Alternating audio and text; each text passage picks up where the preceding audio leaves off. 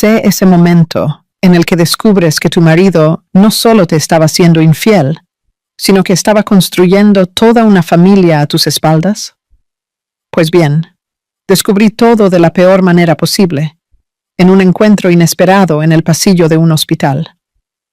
Cuando nuestras miradas se cruzaron, el color desapareció de su rostro tan rápido que pensé que se desmayaría allí mismo. Y la mujer embarazada a su lado no tenía idea de que yo existía, pero calma, porque lo que vino después fue aún más satisfactorio de lo que imaginas.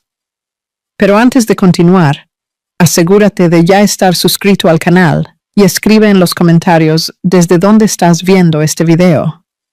Nos encanta saber hasta dónde están llegando nuestras historias. Mi nombre es Elena, tengo 36 años y trabajo como arquitecta en una constructora de tamaño mediano aquí en São Paulo. Pasé los últimos 8 años de mi vida casada con Ricardo, un ingeniero civil que conocí en la universidad. Siempre fuimos esa pareja que todo el mundo consideraba perfecta. ¿Sabes esos que publican fotos juntos en Instagram, que viajan todos los años, que tienen esa rutina organizada? Pues esos éramos nosotros. Solo que, detrás de esa fachada de perfección, había grietas que yo venía ignorando durante meses, quizás incluso más de un año, si soy completamente honesta conmigo misma. Ricardo estaba diferente, distante, siempre con el celular en la mano, siempre con esa media sonrisa cuando recibía un mensaje, siempre con excusas para llegar tarde a casa. Amor, es una reunión con un cliente. Necesito resolver un problema en la obra.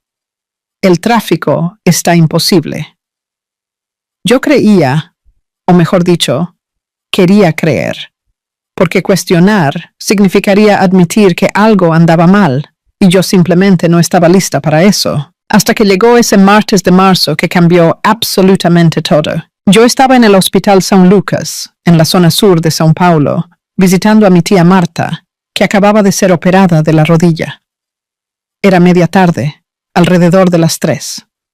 Había salido temprano del trabajo, pasado por una floristería, comprado unas revistas. Estaba con esa buena energía de quien está haciendo algo amable por alguien que ama. Dejé a mi tía descansando después de una hora de conversación y bajé a la planta baja en el ascensor. Cuando las puertas se abrieron en el segundo piso, mi mundo literalmente dejó de girar. Allí, entrando en el ascensor, estaba Ricardo, mi marido. El hombre con quien yo compartía cama, cuentas, sueños. Solo que no estaba solo. A su lado, agarrando su mano con una intimidad que me cortó como un cuchillo, estaba una mujer que nunca había visto en mi vida. Y estaba embarazada, muy embarazada, del tipo a punto de explotar de embarazo. El tiempo se congeló en esos 2 segundos antes de que él me viera. Logré registrar cada detalle. La mano de él, agarrando la de ella con ese cariño protector, la sonrisa tonta en el rostro de él, la enorme barriga de ella con una blusa floreada que gritaba: «Estoy radiante con mi embarazo». Y entonces nuestros ojos se encontraron. Juro por todo que nunca vi a una persona cambiar de color tan rápido en mi vida. Ricardo pasó de un rosa saludable a un blanco cadavérico en menos de 3 segundos. Su boca se abrió, pero no salió ningún sonido. Literalmente se apoyó contra la pared del ascensor, como si sus piernas se hubieran convertido en gelatina. La mujer embarazada me miró a mí, luego a él, luego a mí de nuevo, con esa cara de «¿Por qué este hombre está teniendo un ataque al corazón al verte?» No dije nada, literalmente nada. Entré en ese ascensor con la calma de quien va a comprar pan. Me quedé de pie en la esquina opuesta, con los brazos cruzados, mirando los números encenderse mientras bajábamos. El silencio era tan pesado que podía oír su respiración acelerada. Cuando las puertas se abrieron en la planta baja, salí yo primero. Caminé directamente al aparcamiento sin mirar atrás.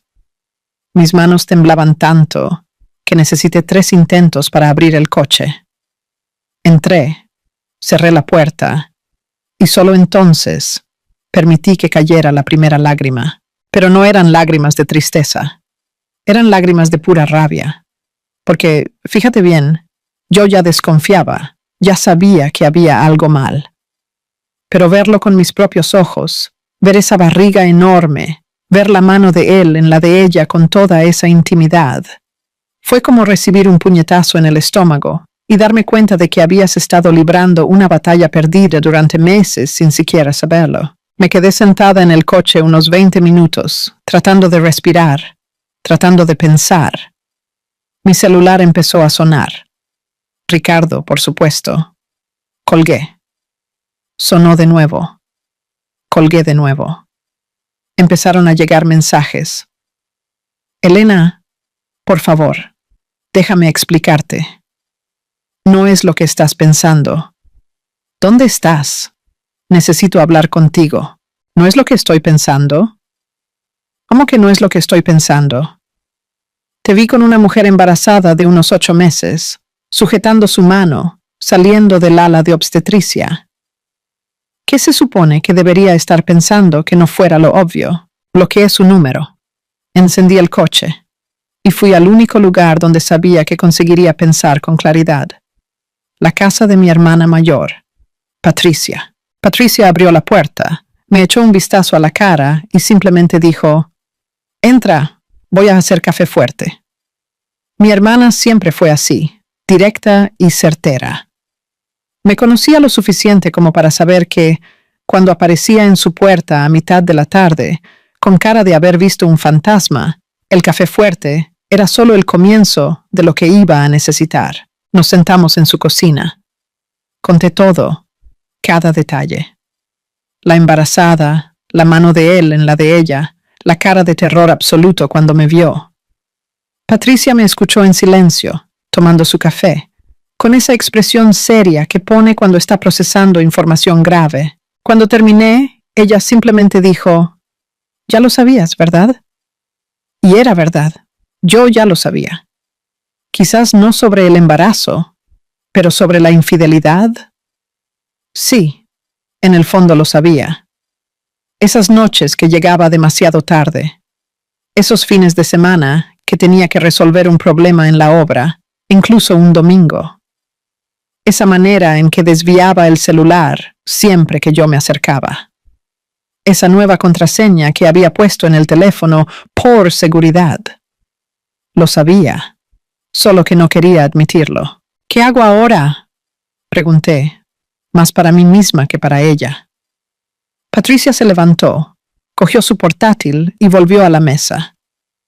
«Ahora actúas de forma inteligente.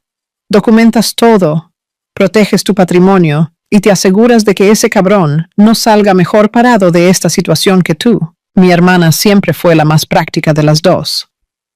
Mientras yo era la soñadora, la que creía en el amor verdadero y los finales felices, ella era la abogada pragmática que ya había visto matrimonios desmoronarse de todas las formas posibles.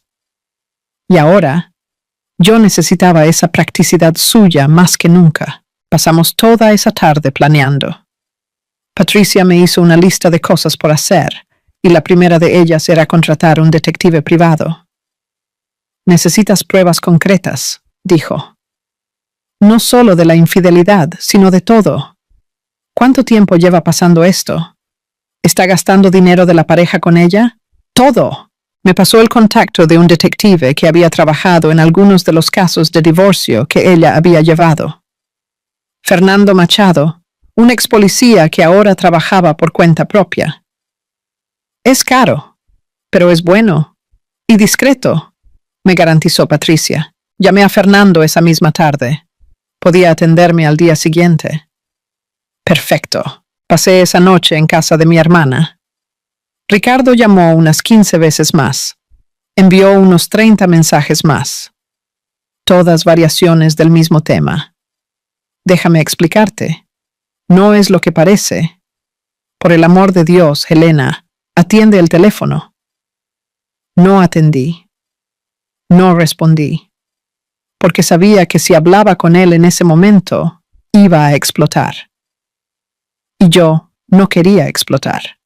Quería actuar de forma calculada, fría, inteligente.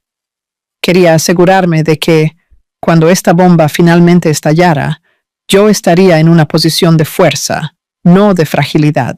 A la mañana siguiente, me desperté temprano en casa de Patricia. Apenas había dormido, para ser honesta. Cada vez que cerraba los ojos, veía esa escena en el ascensor. La barriga de ella, la mano de él, esa sonrisa idiota que desapareció cuando me vio. Pero no tenía tiempo para rumiar.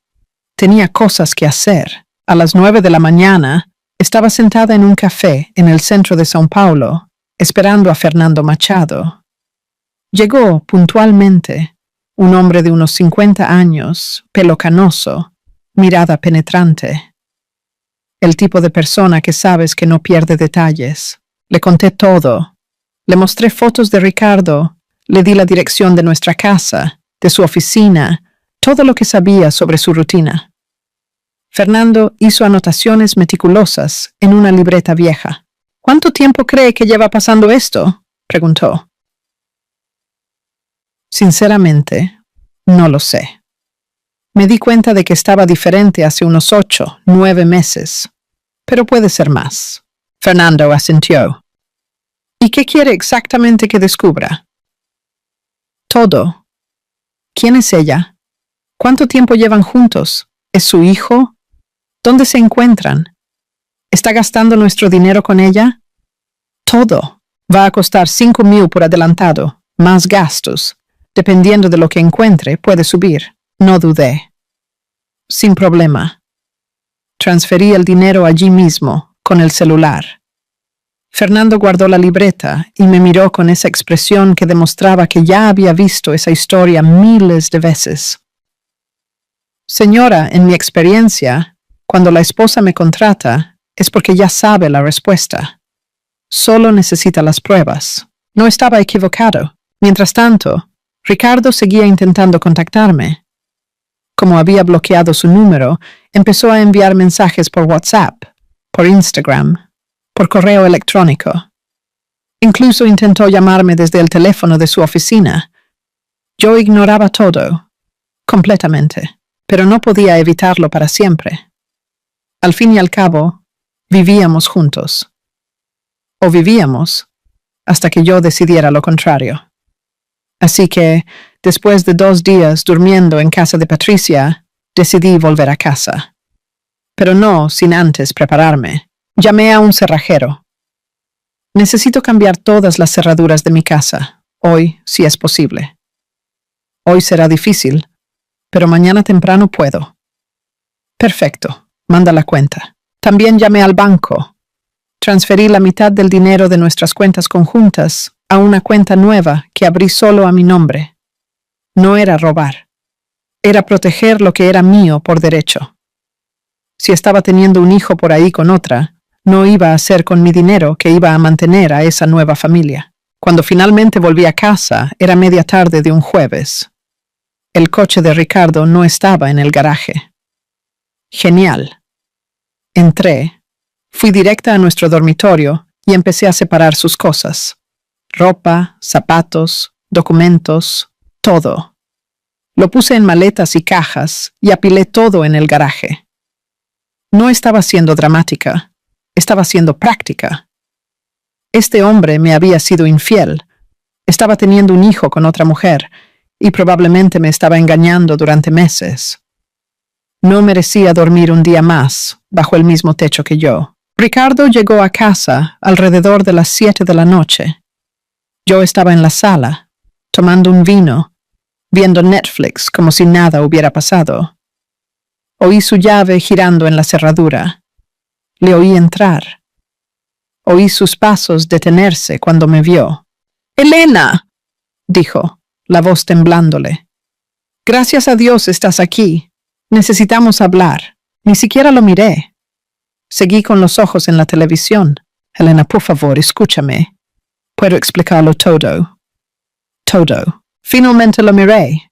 ¿Puedes explicar por qué estaba saliendo del ala de obstetricia con una mujer embarazada de 8 meses? ¿Puedes explicar por qué estabas agarrando su mano? ¿Puedes explicar quién es ella y si ese bebé es tuyo? Se puso blanco de nuevo. Esa misma palidez del ascensor. Es complicado, murmuró. Me reí. Me reí de verdad. ¿Complicado? Ricardo, la infidelidad no es complicada, es simple. Tomaste una decisión. Varias decisiones, de hecho, durante meses. Y ahora tendrás que lidiar con las consecuencias. Elena, te amo. Tienes que creerme. No, Ricardo. No me amas. Las personas que aman no mienten, no son infieles, no construyen familias secretas. Me levanté del sofá. Tus cosas están en el garaje. El cerrajero viene mañana temprano a cambiar las cerraduras. Sugiero que cojas todo hoy y vayas a donde quieras, menos aquí. No puedes echarme de mi propia casa. De hecho, puedo. La casa está a mi nombre, ¿recuerdas? Fue herencia de mi abuela. Solo vives aquí porque yo te dejo, y ahora ya no te dejo. Se quedó allí parado, procesando. Podía ver su mente trabajando, tratando de encontrar algún argumento, alguna escapatoria. ¿Y el bebé? Dijo finalmente. Es mío. Está esperando un hijo mío. Felicidades. Espero que seas un padre mejor de lo que fuiste marido. Cogí mi copa de vino y fui al dormitorio. Tienes hasta medianoche. Después de eso, llamo a la policía. Le oí en el garaje, revolviendo cajas, probablemente en estado de shock. Una parte de mí quería bajar y gritarle, insultarle, tirar cosas. Pero la parte racional, la parte que Patricia había ayudado a fortalecer en los últimos días, sabía que mantener la calma era más poderoso que cualquier explosión emocional. A las 11:30 de la noche, oí su coche saliendo. Fui a la ventana y vi las maletas amontonadas en el asiento trasero. Se había ido. Y por primera vez en meses, respiré aliviada. A la mañana siguiente, el cerrajero apareció a las 8 en punto. A las 10, todas las cerraduras de la casa habían sido cambiadas. Ricardo no volvería a entrar allí, al menos no sin mi permiso. Y ese permiso no llegaría pronto. Fernando me llamó la tarde del viernes. Conseguí alguna información preliminar. ¿Podemos vernos? Quedamos en el mismo café del centro. Cuando llegué, él ya estaba allí, con una carpeta marrón sobre la mesa. Bien, comenzó abriendo la carpeta. La mujer se llama Daniela Sousa, 29 años, profesora de inglés. Conoció a su marido hace aproximadamente 1 año y medio en un gimnasio de CrossFit en la zona oeste. ¿1 año y medio? Dios mío, 1 año y medio de mentiras. Empezaron a salir poco después de conocerse. Por lo que pude averiguar, ella no sabía que él estaba casado en los primeros meses. Él le dijo que estaba divorciado. Claro que le mintió a ella también. Cuando ella descubrió la verdad, ya estaba involucrada. Y luego vino el embarazo. Fernando me mostró fotos. Ricardo y Daniela entrando en un edificio en Lapa. Ricardo y Daniela almorzando en un restaurante italiano. Ricardo y Daniela en un parque. Ella ya con la barriga visible, él con la mano en su cintura. Cada foto era una puñalada, pero también era munición. Prueba concreta de lo que había estado haciendo. Hay más, continuó Fernando. Alquiló un apartamento para ella, un piso de 2 habitaciones en Lapa. Paga 2.500 por mes, además de los gastos. Mi sangre hirvió. Con el dinero de nuestra cuenta conjunta. Por lo que pude rastrear, sí, hace transferencias mensuales a una cuenta a nombre de ella. Hijo de puta. Estaba manteniendo a su amante embarazada con nuestro dinero. Con el dinero que yo también ingresaba en la cuenta todos los meses. ¿Cuánto? Pregunté, la voz temblándome de rabia. En los últimos 6 meses, transfirió cerca de 35.000 reales a su cuenta. Además del alquiler del apartamento, que paga directamente a la inmobiliaria. Hice los cálculos mentalmente. 35.000 más el alquiler de 6 meses, daban unos 50.000 reales. 50.000 reales de nuestro dinero que gastó con la amante. ¿Hay forma de probar todo esto?, pregunté. Tengo capturas de pantalla de las transferencias. Tengo el contrato de alquiler con su nombre como arrendatario. Tengo las fotos con fecha y hora. Todo documentado. Fernando me entregó la carpeta. Esto es solo el comienzo. Si quiere que siga investigando, puedo ir más a fondo, buscar otras cuentas, otros gastos, historial de mensajes y conseguir acceso a su celular. Puede continuar. Quiero todo. Cada centavo que gastó, cada mentira que contó, todo. Salí de ese café con la carpeta bajo el brazo y una certeza absoluta. Ricardo no saldría de esto casado y no saldría ileso financieramente. Pero antes de nada, necesitaba un abogado, y no cualquier abogado. Necesitaba al mejor abogado de divorcios de São Paulo. Patricia me indicó a Roberto Méndez, socio de un bufete de renombre en Faria Lima. Es caro, pero es implacable. Ya lo he visto desmontar a cónyuges infieles en el tribunal. El tipo es quirúrgico. Conseguí una consulta para el lunes. Pasé todo el fin de semana organizando documentos, extractos bancarios, comprobantes de propiedad de la casa, fotos que Fernando había conseguido, todo. Cuando entré en el despacho de Roberto, estaba preparada. Me recibió en una sala enorme con vistas a la Avenida Paulista. Un hombre de unos 45 años, traje impecable, postura confiada. Me ofreció café, se sentó detrás de la mesa y dijo: «Cuéntamelo todo». Conté. Mostré las fotos, los extractos, el contrato de alquiler del apartamento. Roberto iba haciendo anotaciones, asintiendo de vez en cuando, sin demostrar mucha emoción. Cuando terminé, se reclinó en la silla y me miró a los ojos. «Elena, voy a ser directo contigo. Tienes un caso sólido, infidelidad comprobada, desvío de patrimonio de la pareja, gastos no autorizados. Con lo que me has mostrado aquí, no solo consigo un divorcio rápido, sino también una división de bienes muy favorable para ti». «¿Cuán favorable? La casa está a tu nombre. Por lo tanto, ya es tuya. Pero los ahorros, inversiones, todo lo que se construyó durante el matrimonio puede dividirse de forma desproporcionada en casos de mala fe de uno de los cónyuges. Puedo argumentar que desvió recursos de la pareja y, por eso, tienes derecho a una porción mayor. 60%, 70% no es imposible. Música para mis oídos. ¿Y qué hay del apartamento que alquiló para ella? Si fue pagado con dinero de la pareja, puedes pedir el reembolso. Tendrá que devolver ese dinero o se descontará de su parte en la división de bienes». Roberto cogió un bolígrafo. «Voy a preparar una demanda inicial, solicitud de divorcio contencioso, con base en la violación de los deberes conyugales, separación inmediata de bienes y reembolso por desvío de patrimonio.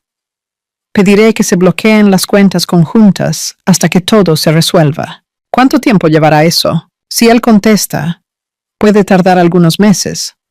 Pero, por lo que me has contado, creo que no querrá ir al tribunal. Hay demasiada suciedad para que aparezca públicamente. Mi pálpito es que preferirá un acuerdo. ¿Y si no quiere un acuerdo?» Roberto sonrió. Fue una sonrisa que no tenía nada de amigable. «Entonces acabo con él en el tribunal. La demanda se presentó el miércoles. El jueves, Ricardo fue notificado oficialmente en su oficina.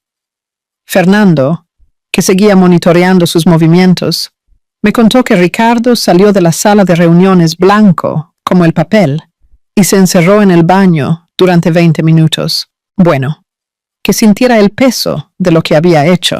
Intentó llamarme esa tarde. Bloqueado. Intentó enviar mensajes. Ignorado. Finalmente mandó un correo electrónico. Lo abrí, pero solo porque Roberto me había dicho que documentara todos sus intentos de contacto. «Helena, esto no tiene por qué ser así. Podemos hablar como adultos. No necesitamos abogado, proceso, toda esta guerra. Por favor, dame una oportunidad de explicarlo bien». Lo eliminé sin responder. 2 días después, Llegó la respuesta de su abogado. Estaban contestando los términos de la demanda, diciendo que la división de bienes debería ser 50% para cada uno, que los gastos con Daniela eran asuntos particulares suyos y que yo estaba siendo vengativa e irracional. ¿Irracional? Yo estaba siendo irracional. Roberto leyó el documento y se rió. Su abogado es débil. Esos argumentos no se sostendrán en ningún sitio. Vamos a la audiencia de conciliación la semana que viene. Es cuando se darán cuenta de que están jodidos. La audiencia fue programada para un lunes, 10 de la mañana, en el juzgado central. Pasé el fin de semana preparándome mentalmente. Vestí ropa seria, pelo recogido, maquillaje ligero. Tenía que parecer, aparte de la esposa traicionada, fuerte, que no estaba allí para hacer drama, sino para buscar justicia. Llegué 15 minutos antes. Roberto ya estaba allí, con esa confianza tranquila de quien sabe que tiene todas las cartas en la mano. Ricardo llegó 10 minutos después con su abogado, un señor de unos 60 años que parecía incómodo con toda la situación. Entramos en una sala pequeña con una mesa de reuniones. Yo y Roberto a un lado, Ricardo y su abogado al otro. Una mediadora judicial se sentó en la cabecera. «Buenos días a todos», comenzó ella. «Estamos aquí para intentar llegar a un acuerdo amistoso antes de proseguir con el proceso. Voy a pedir que cada parte exponga sus términos». El abogado de Ricardo comenzó.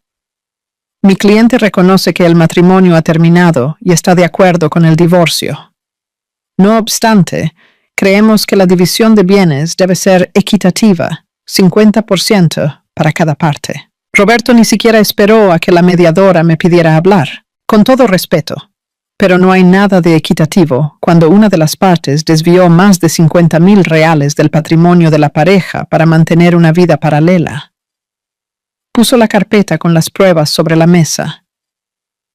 Tenemos aquí documentación completa de los gastos del demandado con la amante, alquiler de apartamento, transferencias mensuales, regalos, todo pagado con dinero de la cuenta conjunta de la pareja, sin conocimiento ni autorización de mi cliente. La mediadora cogió los documentos y empezó a hojear.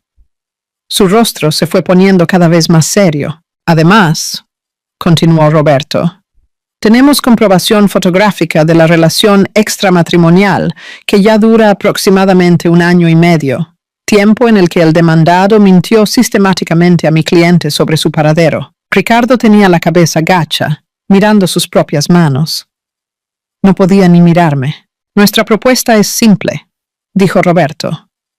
«La casa se queda con mi cliente, ya que está registrada a su nombre. Las inversiones y ahorros se dividen en 70% para ella, 30% para él. El demandado devuelve los 50,000 reales desviados, o ese valor se descuenta de su parte en la división de bienes. Y él paga los honorarios de ambos lados». «Esto es absurdo», explotó el abogado de Ricardo. «Mi cliente se quedará prácticamente sin nada. Su cliente debería haber pensado en eso antes de gastar el dinero de la pareja con la amante», replicó Roberto con calma. La mediadora levantó la mano. «Vamos a mantener la civilidad, por favor». Miró a Ricardo. «Señor Ricardo, ¿le gustaría decir algo?» Ricardo finalmente me miró. Sus ojos estaban rojos, como si hubiera llorado o no hubiera dormido. O ambos. «Helena», dijo con la voz quebrada, «sé que lo arruiné todo. Sé que no tengo excusa. Pero por favor, no hagas esto. No me dejes sin nada. Me dejaste sin respeto», dije, por primera vez hablando directamente con él desde el día del hospital. «Me dejaste sin confianza. Me dejaste gastando mi dinero para mantener tu familia secreta. ¿Y ahora quieres mi piedad? Nunca quise hacerte daño, pero lo hiciste. Durante 1 año y medio, me hiciste daño todos los días con tus mentiras». La mediadora interrumpió. «Voy a dar un intermedio de 15 minutos para que ambas partes hablen con sus abogados. Vuelvan con una propuesta más concreta». Salimos de la sala. Roberto me llevó a un rincón del pasillo. «Lo estás haciendo muy bien. Sigue firme. Parece destrozado, dije, sin saber bien por qué eso importaba. Y debería estarlo. Hizo una mierda y ahora está pagando. Pero, Elena, escucha. Si quieres suavizar los términos, podemos hacerlo. No tiene por qué ser 70-30. Puede ser 60-40. Pensé por un momento. Miré a Ricardo al otro lado del pasillo, hablando nerviosamente con su abogado. Una parte de mí todavía sentía pena. Al fin y al cabo, fueron 8 años juntos. 8 años de historia. Pero luego recordé la carpeta de Fernando, las fotos de él con Daniela, la mano de él en la barriga de ella, los 50,000 reales gastados, las mentiras. 70-30, dije, no negocio. Roberto sonrió. Buena chica. Cuando volvimos a la sala, el abogado de Ricardo tenía una cara de derrota. Mi cliente acepta los términos, dijo en voz baja. 70-30 en la división de bienes, devolución de los 50,000, pago de los honorarios. Solo pide que esto se resuelva lo más rápido posible. La mediadora me miró. ¿Estás de acuerdo? De acuerdo. Genial. Voy a preparar el término de acuerdo. Pueden firmar hoy mismo y en unos días el divorcio estará homologado. Fue todo tan rápido que casi no pareció real. 8 años de matrimonio terminando en una sala fría de juzgado, con firmas en papeles oficiales. Cuando salimos, Ricardo me llamó en el pasillo. Elena, espera. Me detuve, pero no me di la vuelta. Solo quería decir que... Lo siento. Por todo. No te merecías nada de esto. No, no me lo merecía. Finalmente lo miré. Pero gracias por al menos admitirlo. Y me fui. 3 semanas después, el divorcio fue homologado. Oficialmente, ya no estaba casada con Ricardo. Oficialmente, era libre. Y con el 70% de nuestros bienes conjuntos, lo que daban unos 230,000 reales, más la casa, más los 50,000 que tuvo que devolver. Había salido de ese matrimonio financieramente mejor de lo que había entrado. Pero más que eso, había salido con mi dignidad intacta. No había suplicado, no me había rebajado.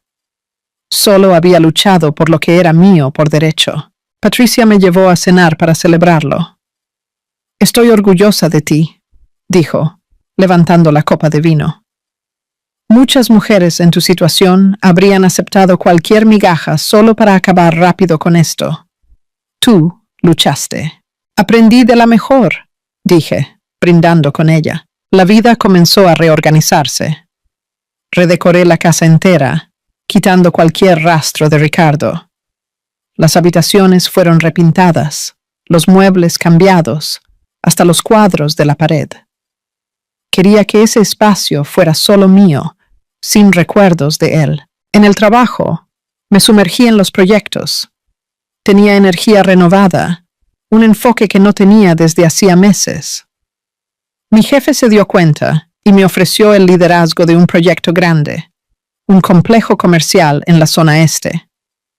Era el ascenso que yo quería desde hacía 2 años. ¿Y en cuanto a Ricardo?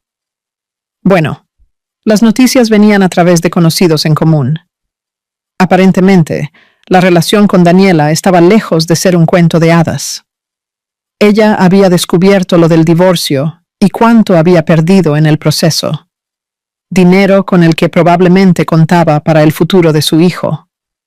Estaban viviendo juntos en el piso que él había alquilado para ella, pero las peleas eran constantes.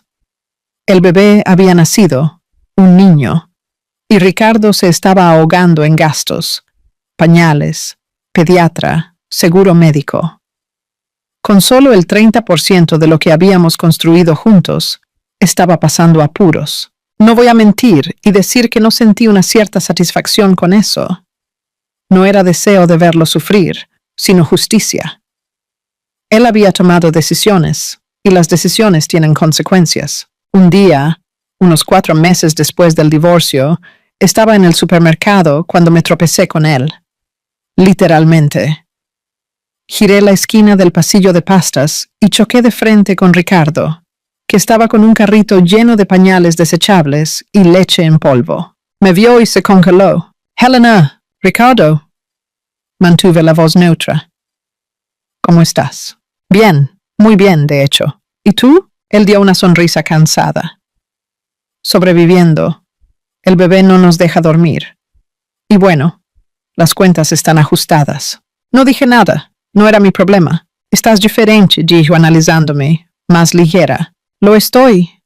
«Pasa cuando te libras de peso muerto». Tragó saliva. Se lo merecía. «Mira, sé que no tengo derecho a pedir nada, pero ¿podríamos hablar? ¿Tomar un café?» «No sé. Quería explicarte mejor lo que pasó. Ricardo, no necesito explicaciones. Sé lo que pasó. Fuiste infiel, mentiste, gastaste nuestro dinero con otra persona. No hay explicación que cambie eso». «Lo sé, pero... E incluso si la hubiera, ya lo superé. Seguí adelante. Deberías hacer lo mismo». Pasé por su lado y fui a la caja. Cuando miré hacia atrás, él seguía allí, parado con el carrito de pañales, mirando al suelo. Por primera vez, sentí pena por él de verdad. No porque hubiera perdido dinero o estuviera cansado con el bebé, sino porque había destruido algo real por algo que, por lo visto, no estaba siendo tan maravilloso como imaginó. Pero luego recordé que él había tomado esa decisión solo y seguí hacia casa, a mi casa, que ahora era solo mía, con mi conciencia tranquila. Los meses siguientes fueron de reconstrucción, no solo de la casa, que estaba quedando exactamente como siempre quise, sino de mí misma. Volví a hacer cosas que había dejado de lado durante el matrimonio. Gimnasio, que había dejado de frecuentar porque Ricardo creía que era una tontería. Clases de cerámica, un hobby que me encantaba en la universidad, pero abandoné porque él decía que perdía tiempo con cosas inútiles. Salí con mis amigas, hice viajes, compré ropa que me gustaba sin tener que escuchar comentarios sobre cómo estaba gastando demasiado dinero. Cada pequeña cosa era una liberación. Patricia decía que yo estaba floreciendo, y tenía razón. Me sentía más yo de lo que me había sentido en años. Claro que hubo gente que no entendió. La madre de Ricardo, doña Vera, me llamó algunas semanas después del divorcio. Casi no atendí, pero la curiosidad ganó. «Helena», comenzó con esa voz melosa que siempre me irritó. «No puedo creer que terminaran así, de forma tan fría. Ricardo está destrozado». «Doña Vera, con todo respeto, pero no fui yo quien destrozó este matrimonio. Pero podrías haber sido más comprensiva. Los hombres cometen errores, hija. Es su naturaleza. No tenías por qué haber sido tan dura». Me reí. Literalmente me reí en su cara por teléfono.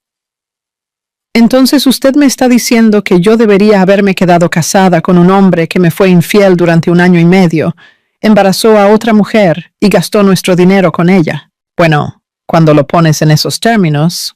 «No hay otros términos, doña Vera. Es exactamente lo que pasó.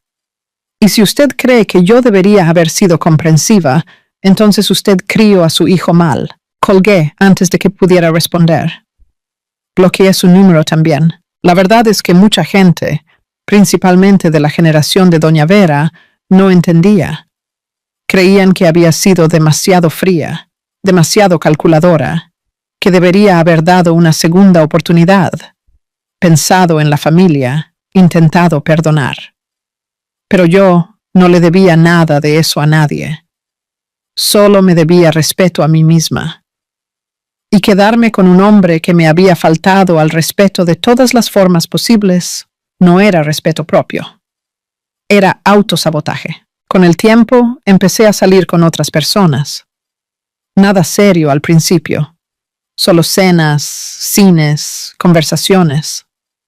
Estaba reaprendiendo a confiar poco a poco. Conocí a Bruno en la inauguración de una galería de arte. Era fotógrafo. Tenía esa manera tranquila y creativa que siempre encontré interesante. Conversamos toda la noche sobre arte, arquitectura, viajes. Cuando me pidió mi número, Se lo di sin pensarlo 2 veces. Nuestra primera salida fue en un restaurante japonés en Itaim. Fue puntual, educado, gracioso. No estuvo todo el tiempo con el celular. No mintió sobre cosas básicas. Parecía simple, pero después de Ricardo, esas cosas eran oro. ¿Puedo hacerte una pregunta personal?, dijo a mitad de la cena. ¿Puedes? ¿Estás divorciada? Sí, hace unos 6 meses. Él asintió. ¿Fue difícil? Fue necesario. Hay diferencia. Bruno sonrió. Me gusta esa respuesta. No le conté toda la historia esa noche. No estaba lista. Pero poco a poco, a lo largo de las semanas, me fui abriendo. Le conté sobre la infidelidad, sobre el bebé, sobre cómo lo había descubierto, sobre cómo había luchado por mis derechos. Me escuchó sin juzgar. Eres fuerte. Fue todo lo que dijo. Y, de alguna forma, viniendo de él, no pareció un cliché. Las cosas con Bruno fueron progresando naturalmente. No había prisa, no había presión. Era ligero, exactamente lo que yo necesitaba. Pero incluso con Bruno, incluso con la vida nueva, hay días que pensaba en Ricardo. No con nostalgia o arrepentimiento, sino pensaba sobre cuán ciega había sido por tanto tiempo. Cómo había ignorado las señales. Cómo me había contentado con migajas de atención mientras él construía otra vida a mis espaldas. La terapeuta que había empezado a ver después del divorcio decía que era normal. Estás procesando el trauma, explicaba. No es sobre él. Es sobre perdonarte a ti misma por no haberlo visto antes. Y tenía razón. Parte de la rabia no era solo hacia Ricardo. Era conmigo misma, por haber sido ingenua, por haber confiado demasiado, por no haber cuestionado cuando debería. Pero con el tiempo, incluso eso se fue haciendo más ligero. Aprendí que no era culpa mía, que confiar en alguien que amas no es debilidad, que el equivocado era él, no yo. 1 año después del divorcio, Fernando me llamó. Había dejado de monitorear a Ricardo meses atrás, así que me sorprendió la llamada. Elena, espero no estar molestándote, dijo. Pero pensé que te gustaría saber una cosa. ¿Qué fue? Ricardo y Daniela terminaron, oficialmente. Ella volvió a casa de sus padres con el bebé. Y él... Bueno, debe 3 meses de pensión alimenticia. No sentí alegría con la noticia. No sentí pena tampoco. Sentí... nada. Solo constaté que aquello por lo que él había destruido un matrimonio no había funcionado. ¿Cómo lo supiste?, pregunté. Un contacto mío conoce a su familia. Aparentemente, está en una situación financiera bien complicada.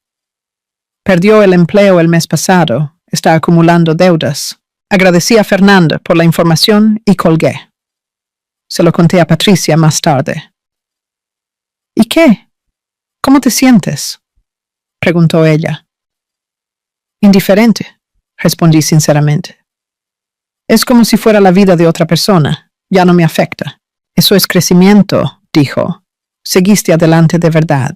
Y era verdad. Ricardo se había convertido solo en una nota a pie de página en mi historia. Un capítulo cerrado, aprendizaje extraído, vida siguiendo. Mientras tanto, yo estaba construyendo cosas nuevas. La relación con Bruno estaba sólida. No vivíamos juntos todavía, pero pasábamos fines de semana enteros en casa el uno del otro. Él era lo opuesto a Ricardo en todos los sentidos. Transparente, presente, compañero de verdad. En el trabajo, el proyecto que yo había asumido estaba yendo tan bien que ya me estaban considerando para socia junior del bufete.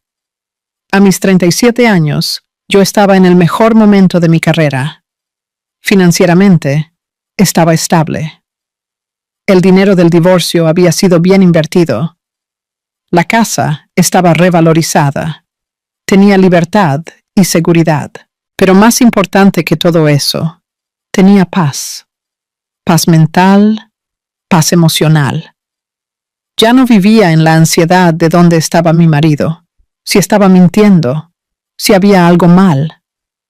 Ya no me despertaba en mitad de la noche revisando celulares.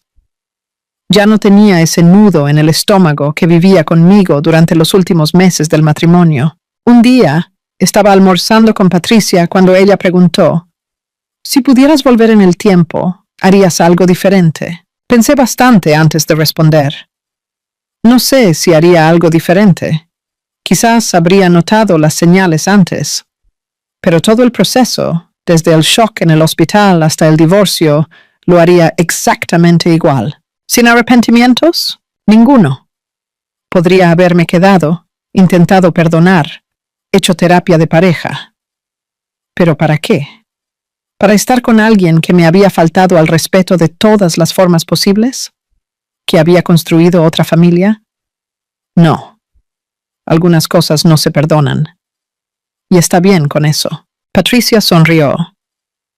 Deberías dar charlas para mujeres en procesos de divorcio. Sería inspirador. Me reí, pero la idea se quedó en mi cabeza. Tal vez un día lo haría.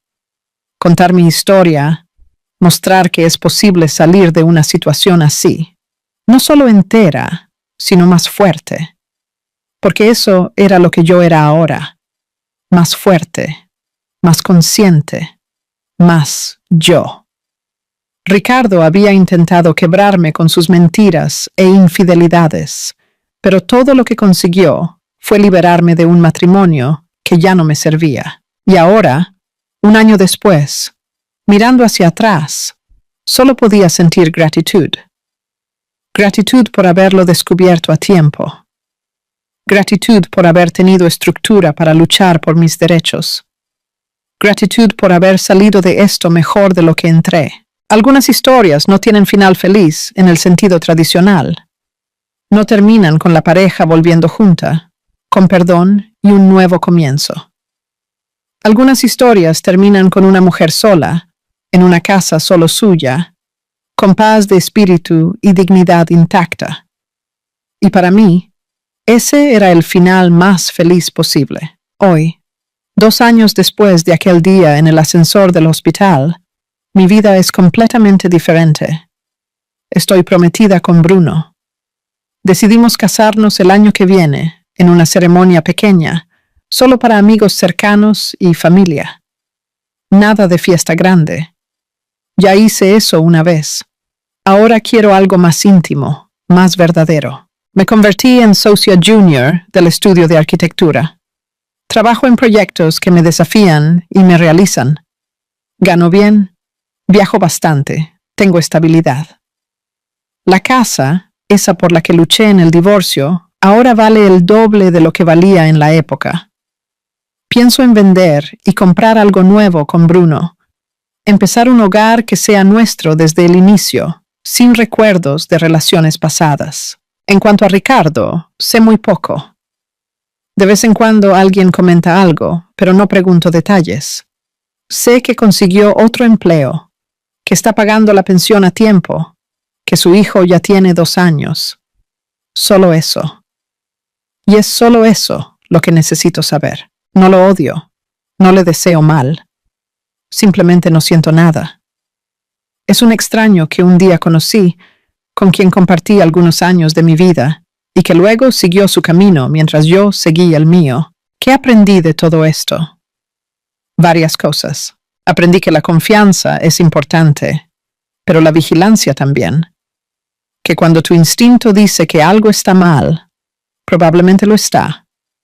Que no necesitas pruebas concretas para cuestionar, para preguntar, para exigir transparencia. Aprendí que el amor propio no es egoísmo, que luchar por tus derechos no te hace vengativa, que salir de una situación tóxica, aunque sea difícil, es siempre mejor que quedarse en ella. Aprendí que no necesitas perdonarlo todo, que algunas traiciones son demasiado grandes, demasiado profundas, y que está bien simplemente seguir adelante, sin mirar atrás. Aprendí que el dinero importa, que proteger tu patrimonio no es mezquindad, es inteligencia, que nunca debes estar en una posición financieramente vulnerable en una relación y, principalmente, Aprendí que soy más fuerte de lo que imaginaba, que puedo levantarme después de un golpe así, que puedo reconstruir, empezar de nuevo, ser feliz otra vez. Hoy,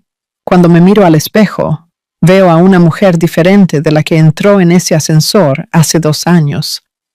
Veo a alguien que pasó por el fuego y salió forjada, no quemada. Alguien que sabe su valor y no acepta menos de lo que merece. Y si pudiera dar un consejo a cualquier mujer que esté pasando por algo parecido, sería este. No tengas miedo de empezar de nuevo. No tengas miedo de luchar por lo que es tuyo. No tengas miedo de que te llamen dura, fría, vengativa, porque, al final de cuentas, esas personas no van a pagar tus cuentas, no van a reconstruir tu vida, no van a sanar tus heridas. Solo tú puedes hacer eso. Y eres capaz, más capaz de lo que imaginas.